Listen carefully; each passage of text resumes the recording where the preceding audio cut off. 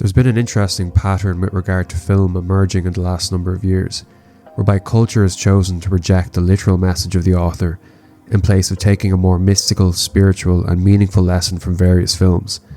Think of American Psycho, for example, a film directed by a woman with an intent to lambast yuppie high society men in the 80s.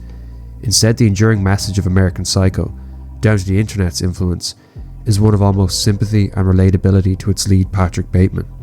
Although you'll almost certainly find numerous videos on YouTube mocking such people for missing the message of the film, stating that it's ridiculous to identify with Bateman as he is an unhinged killer, they themselves are missing the message. People who offer a contemporary analysis of the film of course understand the message from Mary Harron, but are instead analysing the text from the lens of a postmodern globalist technocracy we live in today. So yes, Yuppie's bad, Reagan bad, Patrick Bateman is bad, but only in such an age as the one we live in today could people see themselves in Bateman and understand his madness. Bateman lives an utterly shallow, nihilistic and meaningless life. All of his accomplishments are purely material. The job role he possesses, the apartment he lives in, and his extensive efforts to artificially prolong his youth with his infamous morning routine. It's through this absolute nihilism that Bateman is driven insane and seeks some sort of refuge through his gruesome crimes. While it goes without saying that Bateman is a terrible, unredeemable person, his endurance in pop culture is not down to his material wealth, his job title, or his good looks, but his unfortunate relatability to many young millennial and Gen Z men. Young men who have come through the college system, who've been primed to become corporate wage slaves. Society has long since waged a war against religion in their minds, instead dangling the shiny keys of materialism in front of them. Now when these young men reach the pinnacle of their lives, all they have to show for it is an overexpensive car, suits with some guy's name on it, and if they're lucky, 2 weeks of the year where they get to go on vacation and drink their sorrows away. Therefore, we can clearly see how the times we live in dictate the message over the author's actual intent. Another example which I'm somewhat ashamed to use is the recent Barbie movie, a movie directed towards women where the word patriarchy was mentioned over 20 times. It was as if Anita Sarkeesian had written the movie herself. Greta Gerwig's movie and the message she wishes audiences take away from it was that the Barbie world was perfect where women held all major power, until Barbie and Ken visited the real world when Ken came across traditional masculine icons, almost like a little Dark Age edit. Of course, Gerwig's idea here for the audience was that Ken was being brainwashed by the patriarchy. Instead, the reasonable viewer would take away that instead, after a life of being talked down to, he finally came across some inspiration. Ken became the actual hero of the movie in the audience's eyes, despite being the antagonist in the author's eyes, as he was someone who was treated like a subjugated second-class citizen and fought for a better standing of life. The last example before I go into Dune and Starship Troopers is Ridley Scott's Kingdom of Heaven.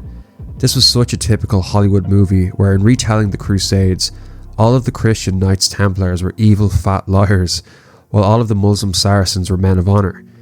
Now, I'm not saying Hollywood wanted to elevate Islam, and by all accounts Saladin was a man of honour, just that it's very in vogue of Hollywood to try and tear down Christianity where it can, with one exception.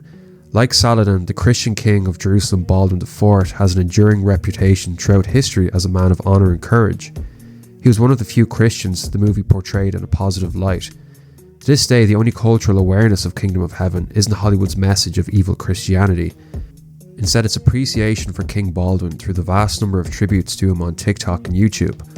While people click and watch due to the stylish fictional look and mask Baldwin was given in the movie, his legacy endures after they learned that this Christian king was actually a decent man and worthy of respect throughout the annals of history. Another example of Hollywood shooting itself in the foot. Denis Villeneuve's Dune is quite faithful to the story and ideas of Frank Herbert's book with a few exceptions. Most importantly for this analysis is the character of Chani.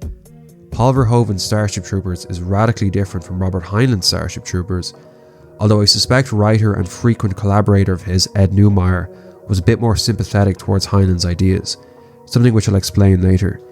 Both Villeneuve and Herbert put forward the idea of the dangers of messianic figures and how religion and prophecy can be used to control people.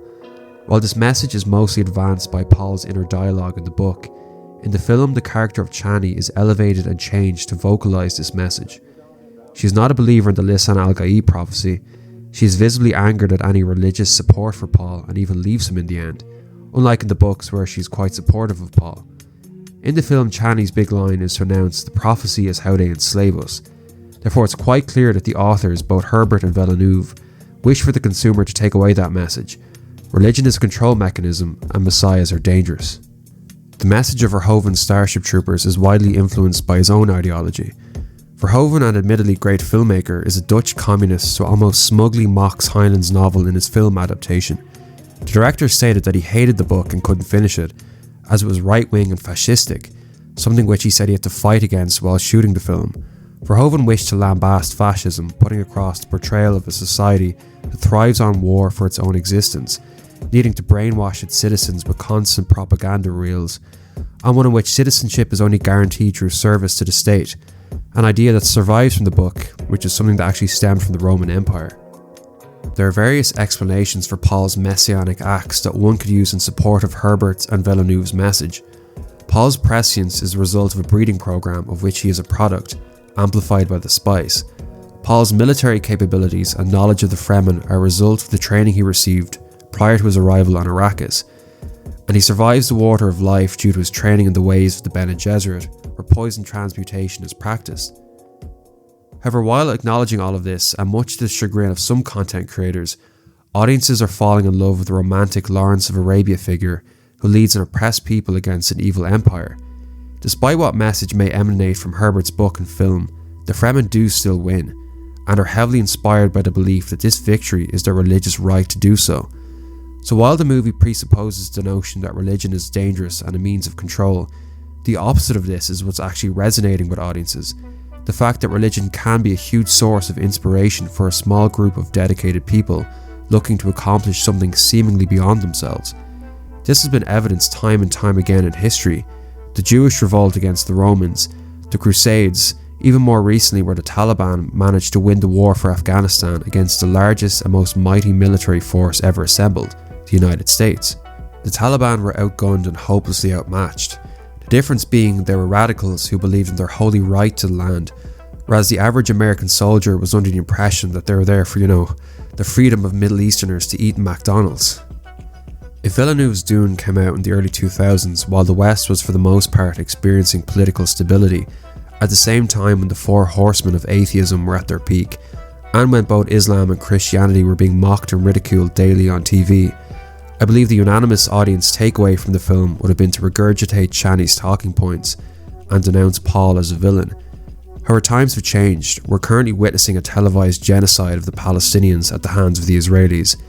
The US is a crumbling superpower, and European civilization is under a serious threat of being swallowed due to demographic replacement. And there's a real chance we could see some sort of political revolutions across the West in the next decade, as it becomes apparent that democracy has failed, and the will of the people is being ignored by our globalist corrupt governments. In addition to this, the masses are starting to revisit religion, Christianity and Islam in particular. The West has become incredibly secular during the last 3 decades, fueled by the deracinating force of liberal progressivism. And what has been the results of this supposed great leap forward? Increased material wealth, along with an epidemic of drug overdoses, suicides, male loneliness, girls turning to OnlyFans to make money, plummeting birth rates, and extreme political polarization. Dune's literal message of the dangers of religion just doesn't resonate as much today as it would have 20 years ago. A channel I'd recommend named Whiteheart made an analysis of Dune, where he rightly pointed out that despite the message of the text, the story itself is actually in love with Paul. Despite the obvious intentions of its authors, it's almost as if they betray their own message. Paul's revolution is gripping and undoubtedly the lesser of two evils. Paul is never portrayed as an evil leader. In both the book and film, Paul struggles with the two choices ahead of him, either to sue for peace with his family's murderers, or to rise up against the Harkonnens and the Emperor, causing a holy war. Paul shows the utmost respect for Fremen culture, and even in Dune Messiah, at the height of the holy war, Paul is desperately trying to bring an end to the killing. Paul is not some evil, ruthless killer, and audiences have chosen to read into the inspirational message in the film rather than a nihilistic one, mostly fueled by the political landscape we find ourselves in today, where we're so devoid of meaning, spirituality, and inspiration. Elements in 1997 Starship Troopers in support of Verhoeven's satire of fascism are the theories that the attack on Buenos Aires was a false flag, the theory that it was the Federation that encroached on the Bugs territory, the Nazi uniforms, the propaganda reels, and the character arc of Johnny Rico. that he goes from someone questioning the regime to a soldier of it by the end of the film. It's possible to rebut every one of these, and this is why I think Ed Neumeier was much more sympathetic towards the ideas of Heinlein than Verhoeven, as there are subtle contradictions to all of the supposedly negative elements of the Federation that really shouldn't have been left in the film if the point was just to portray the system in a negative light, as Verhoeven wanted to. Firstly, the attack on Buenos Aires was not a false flag by the Federation. It's clear that the asteroid hit the Roger Young's communication array, stopping them from warning Earth about the attack. Secondly, it's stated in the film that the attack was in response to a colony of humans encroaching on the bug's territory. However, it's very briefly mentioned that by doing this, they ignored the Federation's warnings. However, Mormon extremists disregarded federal warnings and established Port Joe Smith, deep inside the arachnid quarantine zone. Therefore, it's hardly a state that justifies its existence on war. The bugs essentially nuked a human city, and the Federation responded accordingly. Some may say Johnny Rico should have taken his father's recommendation going on a holiday to Zegma Beach. However, there's a very quick piece of dialogue later on stating that the beach had been destroyed by the bugs. Johnny's parents were also killed by the bugs, so his decision to join the mobile infantry is certainly vindicated. Like Dune, while Verhoeven's intentions were to portray the army and the Federation in a negative light, there's still an appealing element to the mobile infantry. The action scenes are excellent, demonstrating great heroism from Johnny Rico and his fellow Marines.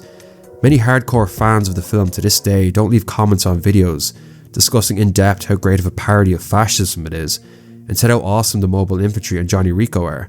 So yes, the audience does understand that war is bad, it's a satire of fascism and propaganda, but there's still something appealing underneath the surface. Again, the perception of the film and the current climate has evoked a different interpretation. Yes, Johnny could have become a businessman like his father and indulged himself at Zegma Beach, but instead he made something of himself, contributed massively towards the Earth's progress in the war. Really, people don't care about the goofy Nazi costumes or the propaganda reels. We're heavily brainwashed by our own society today. At least the Starship Troopers reels are up front with you.